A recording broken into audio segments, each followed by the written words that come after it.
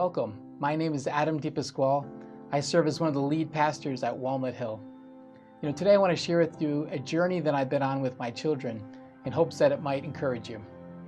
It was about 3 years ago, I had this realization that my kids were growing up fast.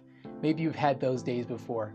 My oldest son was turning 11, and I thought to myself, I really don't have that many more years with him here at home. I began to think to myself, how can I make the most of my time with him? And then my brain went to places and I said, how do I prepare him to become an adult? What does it even mean to be an adult? When do you become an adult? Is it when you get your first real job?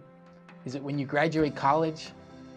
Does it happen all of a sudden when you turn 21, or maybe it's 18, or maybe it's 16? And my mind just kept going. I began to do some studying and research and just enjoying the thoughts. And I want to share with you something funny I discovered. There's a community down in the Amazon jungle in which the men take their boys and they give them these gloves. And inside the gloves they put bullet ants.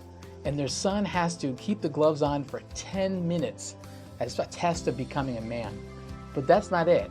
The son has to do that 20 times over many months. And you can see in that culture that there's this value for perseverance in becoming a man.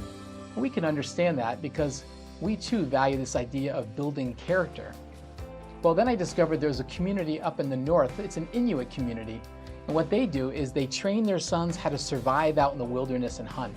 And as part of this coming of age and becoming an adult, they send their children out to survive and to hunt. And passing this test means that they've become an adult.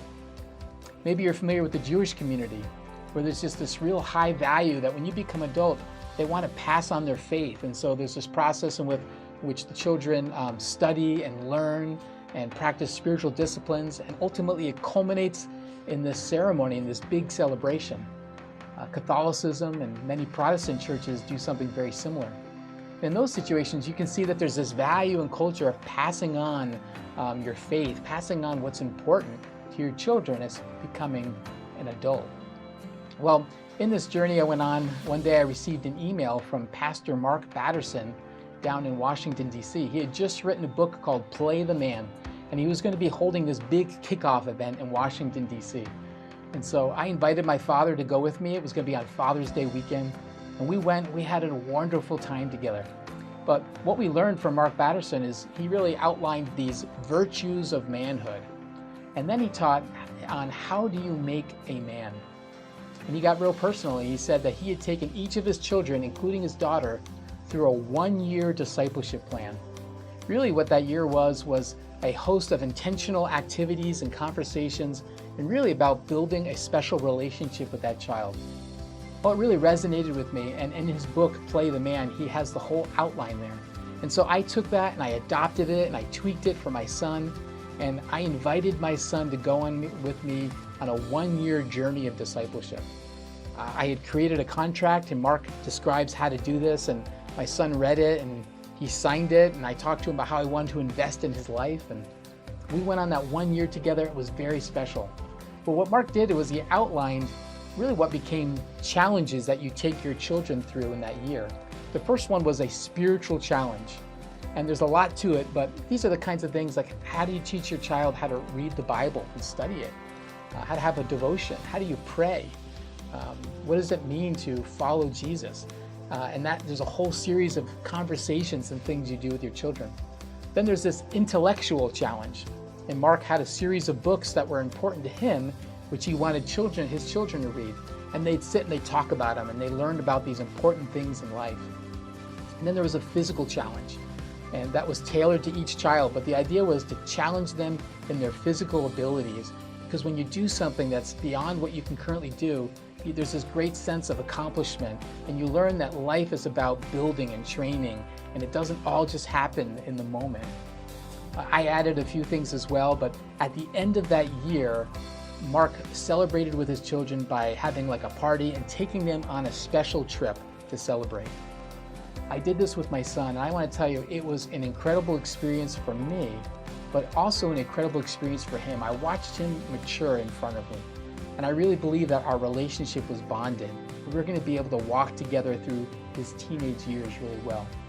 Well, I've recently started now a second plan for my middle son, and we've just begun it. It's going very well. It's very different than what I did with my older son. In some ways, I've tailored it to him, but I'm already really excited by the results. I want to encourage you to consider being intentional with your children in that 12-year range, somewhere around 12 years old. It could be a little earlier or later, and spending time with them and investing in them. Let me just share with you some of the questions that came to my mind as I was preparing kind of my plan and what the year would look like. The first one was, how do I impart my faith to my children? What can I do intentionally to help do that? I don't want to leave that to just chance or an accident. Next one was, what values do I want to pass on to my kids? What are the things that I really want them to carry in their hearts?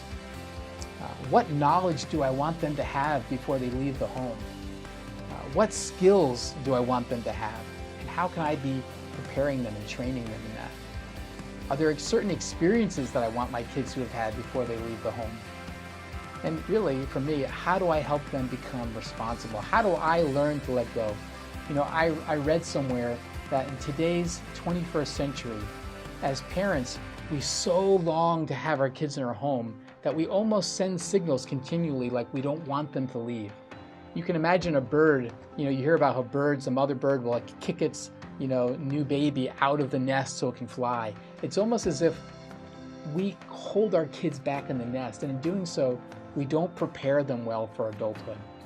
I want to challenge you to embrace this season that you have with your kids, to enjoy it, to be intentional, to build relationships with them, and to pray for them. We're going to put some of the resources that I've spoken about on our Empowering Families website so you can see my plan and you can see different ways that you can do this. But know that I'm praying for you. God's going to do amazing things in your family. Bless you.